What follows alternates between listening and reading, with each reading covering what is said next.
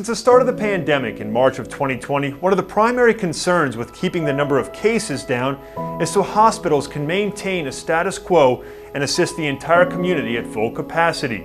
Now with that, we wanted to offer you all a glimpse into the realities that many of these hospitals are facing on a daily basis with COVID-19. Now joining us today, two nurses within the ICU department at St. Tammany Health System. We have Brittany and Caitlyn. Thank you for joining us today. Happy to be here. Now we just want to jump right into it. Let's go back to March of 2020. How were things, within the days leading up to the pandemic? How did it start? I think that once we got our first case of a positive case at St. Tammany Hospital, our physicians and our leadership did a good job of, they were prepared. We had the tent set up. We knew exactly how to go in head first and take care of him. And then thereafter, we had the PPE. We knew exactly what we needed to do to go into the rooms.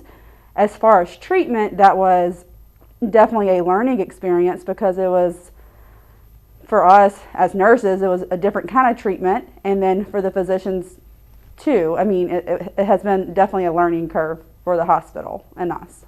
But let's walk through a timeline. Obviously, March of 2020, don't have a playbook for these kind of things. So I imagine you all know how to handle your job and what to do on a daily basis. But with COVID, things change as they have with any profession. They have become more difficult for you guys.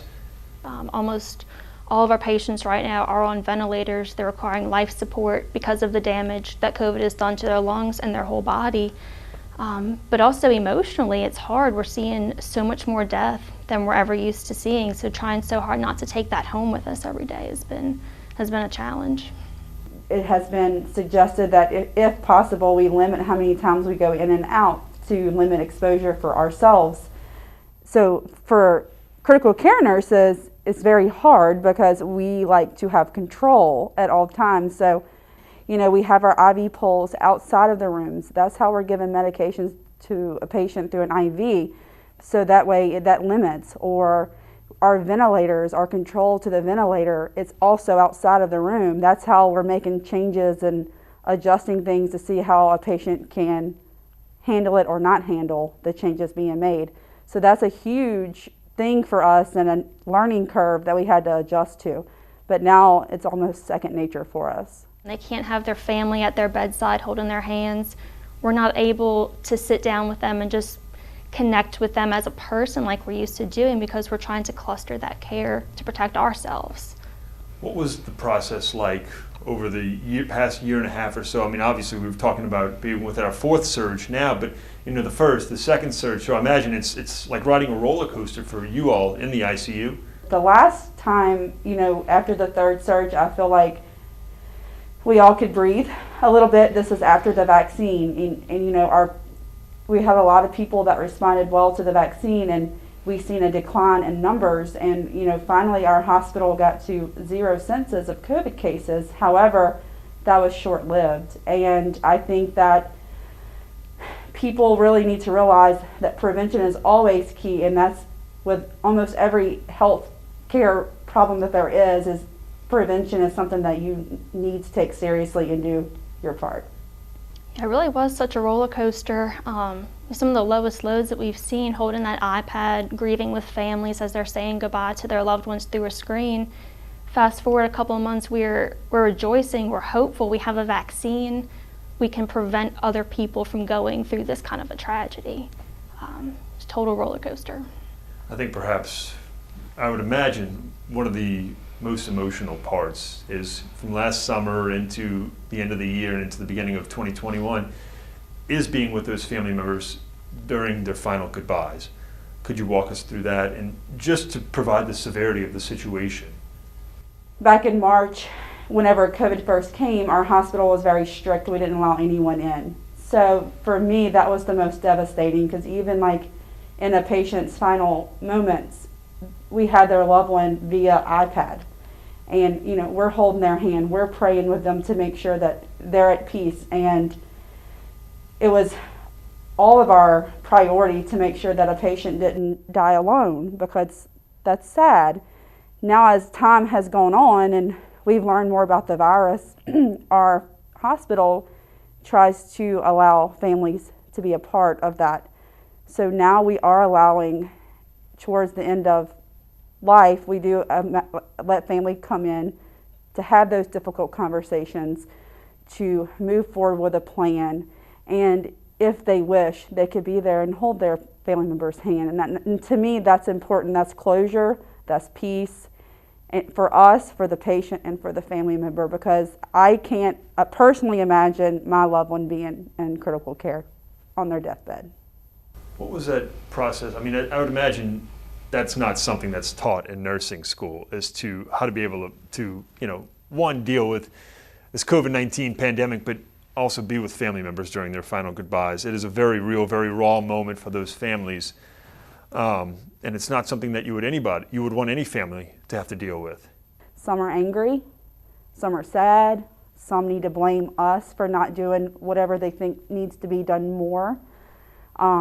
But for us to accept it, still support them, offer the emotional support that they need, I don't think that that's something that you train someone. I think that's in our DNA, and that's what we all share as critical care nurses and our critical care physicians. Let's fast forward to spring of 2021, a glimpse of hope as the vaccine comes along, and you see the numbers start to get better.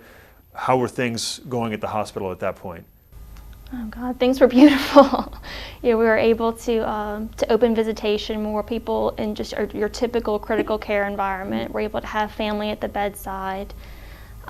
We're able to go ahead with some of the elective procedures that had been canceled throughout the whole process. And honestly, we just had hope. It felt like there was a weight lifted off of our shoulders, that maybe we wouldn't have to be in these situations, seeing people dying alone anymore. Did you all feel like we had turned the corner from COVID and like things were getting better, and that maybe we could have resumed normal life? I probably had a conversation with Caitlyn, and I know I had conversations with our other colleagues, because we were in such a horrible place when we were in our first and second surges of the crisis. But once the vaccine came out, our numbers started declining rapidly. And I can remember talking to somebody, I'm like, gosh, that seems like a lifetime ago, because we are affected from that. But what a blessing, and that we have this vaccine and we weren't seeing the numbers anymore. So yeah, it was a huge relief that we didn't have to relive this again, and maybe that was the answer, and for me that was enough to why I wanted it. Seeing the numbers declining, there's just so much hope that we could put all of that behind us. I got the vaccine as soon as I was able to, just to protect my family, more of my higher risk family members, my grandparents, not even thinking that a few months would go by and this would be affecting people younger and younger. I mean, I've seen people younger than me who have died because of COVID. I've taken care of them, and that's terrifying. So I got the vaccine for my family, but I'm so grateful that I did for my own self at this point. The highest surges that we faced was towards the end of last year and into 2021. But if you look at the time frame as to when that surge started to where this one started, this is much faster. The cases skyrocketed over 3 or 4 weeks, whereas the last one was 2 or 3 months. What concerns you both about that? This go around, children are being affected by COVID. Whereas before, kids, if they got it, they didn't really become that sick. Now there have been hospitalizations of small children. So to me, I think that that's the worst part this time, is people my age and younger who are dying.